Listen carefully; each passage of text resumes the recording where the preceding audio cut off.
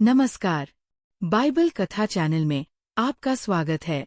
क्या आप जानते हैं इस संसार में पहली हत्या कैसे हुई और पाप का परिणाम क्या होता है?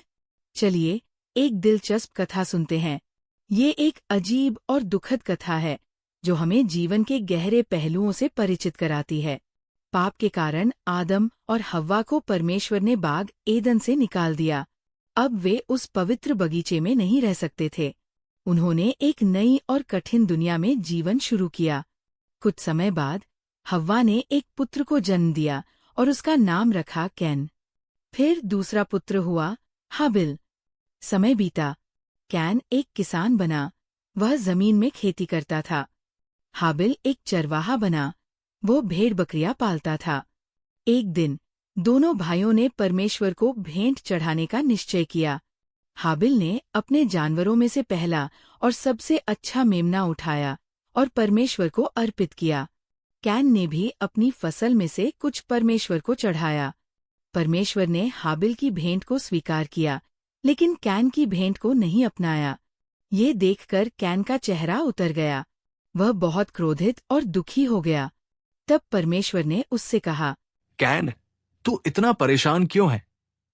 अगर तू अच्छा काम करेगा तो क्या तेरी भेंट भी स्वीकार नहीं होगी? लेकिन ध्यान रख, पाप तेरे बहुत पास है। वो तुझे अपने वश में करना चाहता है, लेकिन तुझे उस पर जीत पानी है, उसे रोकना है। पर कैन के मन में ईर्ष्या और गुस्सा और बढ़ता गया। एक दिन उसने अपने भाई हाबिल से कहा, चल खेत में चले। जब वे दोनों खेत में पहुंचे, अचानक कैन ने जमीन से एक पत्थर उठाया और अपने ही भाई हाबिल पर वार कर दिया। हाबिल कुछ समझ पाता उससे पहले ही वह जमीन पर गिर पड़ा, लहूलुहान, निःशब्द। कैन ने अपने ही भाई की जान ले ली। इतिहास की पहली हत्या। एक भाई ने अपने भाई को मार डाला। और थोड़ी देर बाद परमेश्वर ने कैन से पूछा, कैन, तेरा भाई हाबिल कहाँ है? कैन ने बोला, मुझे क्या पता? क्या मैं अपने भाई का रखवाला हूँ? फिर परमेश्वर ने कैन से कहा, तूने क्या कर डाला कैन? मैं सब जानता हूं। तूने अपने ही भाई की हत्या की और उसका निर्जीव शरीर अब जमीन पर पड़ा है। अब तू इस जमीन पर श्रापित रहेगा। जब भी तू खेत में मेहनत करेगा, जमीन तुझे भरपूर अनाज नहीं देगी। तू अब एक भटकता हुआ इंसान होगा, न कोई घर, न ठिकाना। ये सुनकर कैन डर गया और बोला, हे परमेश्वर, ये दंड बहुत भारी है। अब मैं तेरे सामने से दूर हो जाऊंगा। मैं एक भटकता हुआ व्यक्ति बन जाऊंगा और जहां भी जाऊंगा लोग मुझे मार डालेंगे। तब परमेश्वर ने कहा, नहीं, कोई तुझे मार नहीं पाएगा। जो भी तुझ पर हाथ उठाएगा उसे 7 गुना दंड मिलेगा। और फिर कैन वहां से चला गया, अकेला, अपराध और डर से भरा हुआ, परमेश्वर की उपस्थिति से दूर।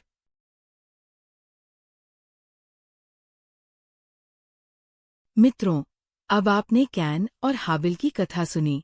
अब इस कथा से कुछ महत्वपूर्ण बातें हम सीख सकते हैं। सच्ची भेंट वह है जो दिल से दी जाए। परमेश्वर को सिर्फ हमारी चीजें नहीं चाहिए, वह हमारे दिल को देखता है।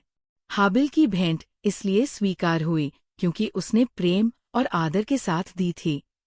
हम क्या देते हैं, उससे ज्यादा जरूरी है हम कैसे देते हैं। पाप का बीज मन में ही बोया जाता है। कैन का क्रोध और ईर्ष्या उसके दिल में पलते गए। अगर उसने पहले ही परमेश्वर की बात मानी होती तो वह उस पाप से बच सकता था। हमें सावधान रहना है कि बुरे विचार हमारे मन में जगह न लें। परमेश्वर हमें चेतावनी देता है। कैन को परमेश्वर ने पहले ही समझाया था कि पाप उसका पीछा कर रहा है, लेकिन कैन ने ध्यान नहीं दिया। परमेश्वर आज भी हमें पाप से पहले सावधान करता है। सवाल यह है, क्या हम सुनते हैं? क्रोध और ईर्ष्या जीवन को नष्ट कर सकते हैं। एक क्षण का क्रोध, और कैन ने अपने ही भाई की जान ले ली। हमें सीखना होगा कि अपनी भावनाओं पर नियंत्रण रखें, वरना वे हमें गलत राह पर ले जा सकती है। अब आपने ये कथा सुनी।